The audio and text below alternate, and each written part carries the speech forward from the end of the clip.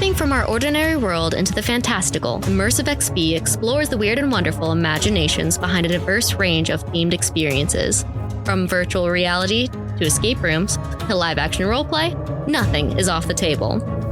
We'll take a deep dive into what makes these adventures worth attending and which ones to avoid. Join me on a journey to explore the extraordinary and meet the people who make dreams a reality. Welcome back to another episode of Immersive XP. I'm Taylor Ford, your non-binary host based in Southern California, seamstress by trade, silly little guy by trauma. Favorite scary story? The Green Ribbon.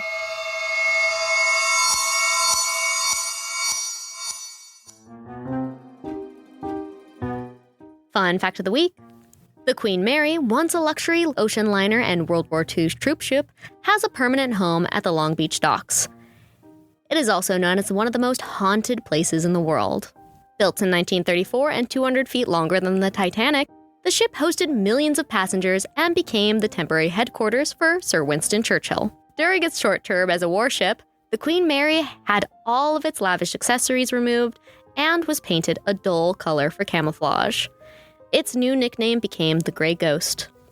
In 1942, it became part of one of the deadliest sea accidents in history by slicing the HMS Caracoa escort ship in half during a collision.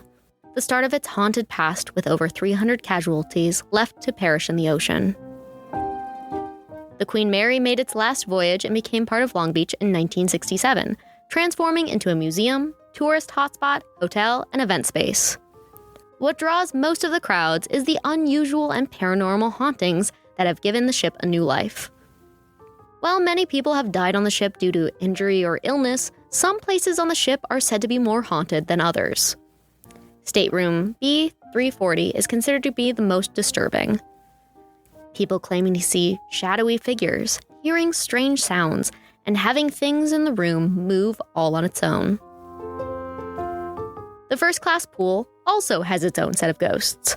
A strange 1930s-style woman who appears and vanishes near the dressing rooms, and Jackie, a little girl who likely drowned in the 1940s, heard to laugh and splash when guests are nearby. Reports of cabinets slamming in empty rooms late at night are thought to be the ghost of William Stark, who mistakenly drank toxic cleaning fluid instead of gin. Another spirit clangs metal near door 13, where John Petter was crushed to death during a routine safety drill. If you want to be a part of something that cannot be explained, maybe consider attending a haunted tour or be part of a seance. Then decide for yourself if you believe in ghosts. This week's episode is a daily quest, which is any immersive experience with a low barrier to entry and no intellectual property attached to it, but still has a certain level of interaction.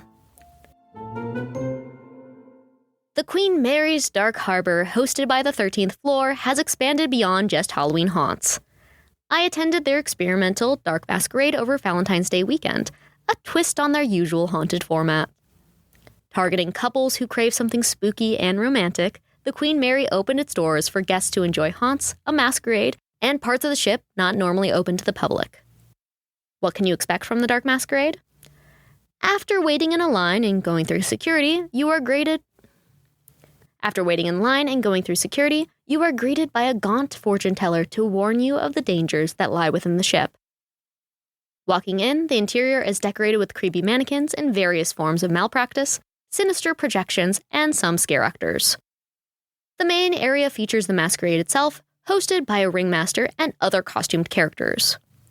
Before entering, you receive a simple lace mask to help fit in. Time, weather, and... You may stay here and dance to the out-of-date tunes for as long as you like, or move on to the haunts located in other parts of the ship.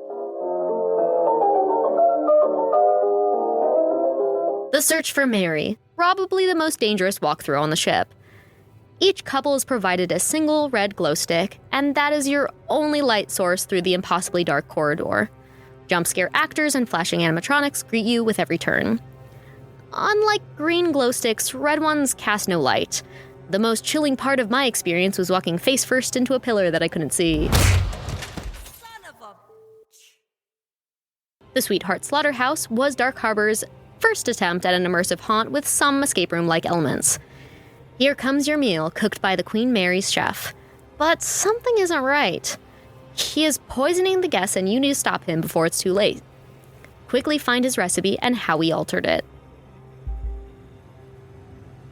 You receive a love letter with a specific time slot for Gale's Requiem. Deep within the ship, enjoy a drink while watching a woman, Gale, lip-sync to a song on repeat while gory projections fill the rusted walls. For those who purchased VIP tickets, you have the option of one additional walkthrough, pressure test, down below. I had very little idea of what I was getting into based on the description, and disappointed might be a bit of an understatement. Stated on the website as an interactive storytelling experience, it describes it as such. Your wrists click shut. The ship starts to sing. Cuffed together, you and your chosen companion submit to Half-Hutch Henry's test. Noise, darkness, and proximity as the Queen Mary's machinery sets the tempo. When in reality, you are handcuffed to your chosen person and simply walk together, alone in the halls of the dimly lit bottom of the ship, while lightly eerie music plays. A single, hardly costumed jump scare actor did their best at the end, and you are removed from the handcuffs by a friendly employee.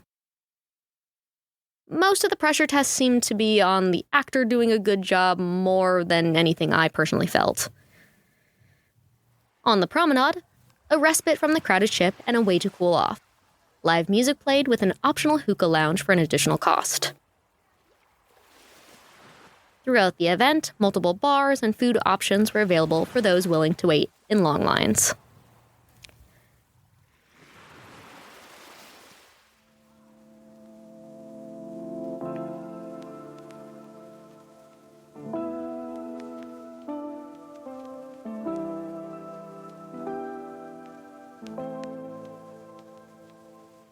Things I liked. What Dark Harbor does best is have an incredible venue ready to fill with sinister tales. Using an already notoriously haunted location always brings crowds. The theme of Masquerade Ball and encouraging guests to dress up really let people feel more comfortable going all out. While I normally dress up to experiences regardless, it was delightful to see so many people really get into it.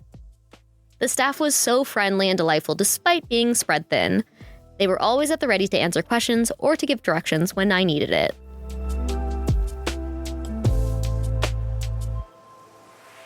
Things I didn't like. From the moment we pulled up to the Queen Mary, there was a line to pay to parking, then a line to go through security, and a line to get into the haunts, and so on and so forth. Then I felt uncomfortable being in masquerade attire while standing around. It constantly felt like the evening was more about selling me more food, drinks, and merch rather than putting additional effort into the immersive experiences. I have attended other 13th floor events in the past, and what really shocked me was the lack of actors both wandering around in the ship and within the haunts. What did most of the heavy lifting was the use of gruesome realistic mannequins and the occasional animatronic. The ratio of scare actors to mannequins felt like a 1 for every 10. Little effort was put into making me or others feel safe. While I did sign a waiver, I feel like more warning about specific hazards, such as a pillar in the dark, would have saved me the embarrassment. As for accessibility, according to the website, the only things accessible on the ship are the Masquerade itself and Gale's Requiem. Everything else, including the outdoor promenade, requires stairs to access. In addition, strobing lights, fog, loud sounds are all throughout the entire event. It is very overstimulating, and little seating is available for those who need rest after waiting in multiple lines. While generally crowded, there was still plenty of room to move about, and small groups were led through each haunt. While I love beautiful venues like the Queen Mary, sometimes it's not worth it to exclude a large population of enjoyers by not improving the accessibility. For the audience? With the multiple bars on the ship and the 21-plus age requirement, this event is clearly targeted to adults who drink. With the Masquerade theme and Valentine's Day weekend opening, couples were a majority of the attendees. Many groups of women also took this as an opportunity to treat it like an adult prom, which I found very endearing. For the price? For those who plan to attend their future weekends, general admission is $68, including fees, and VIP at $88. General admission includes entry starting at 9 p.m. and access to the Masquerade, Gale's Requiem, The Search for Mary, and Sweetheart Slaughterhouse. VIP has entry starting at 7 p.m. and the additional access to pressure test down below. The real benefit of VIP is the ability to skip to the front of the line of almost everything except food. The cost for parking was an astounding $35, which was not mentioned anywhere until arriving.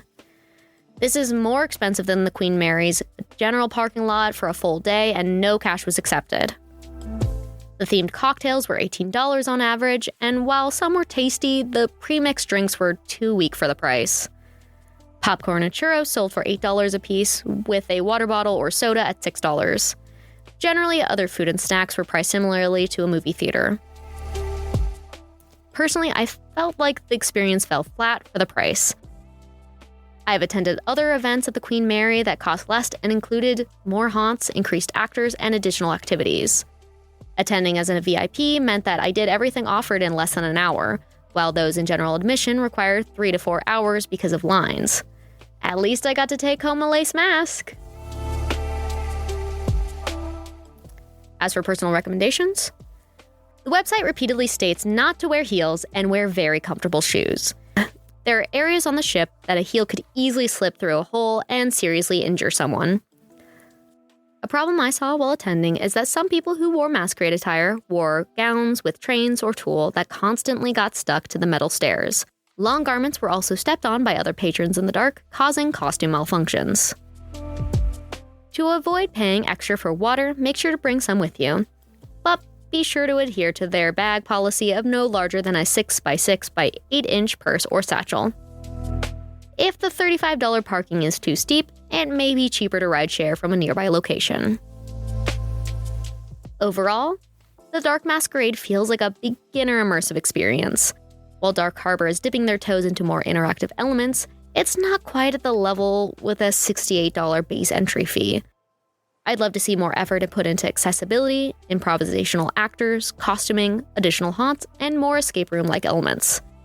With the added care and attention to detail, this could be a really one-of-a-kind experience that people can look forward to year-round.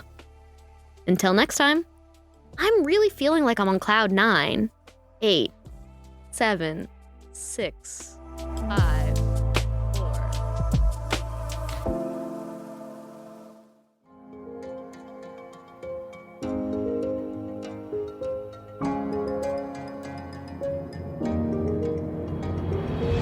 Check out our website, immersivexps.com, to join our free Ko-fi, which will have visuals and additional content of the immersive experiences discussed in each episode. You are an immersive experience artist or creator, no matter how small. Consider contacting us so you can take part on a future podcast. This podcast is recorded and produced by SoCal Podcast Studio in Orange County. Thanks for listening.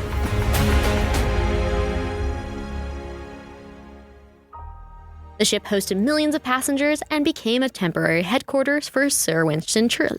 Why can't I say Sir Winston Churchill is like saying Worcestershire sauce. Built in 1934 and 200 feet longer than the Titanic, the ship hosted millions of passengers and became the temporary headquarters for Sir Winston Churchill. I did it!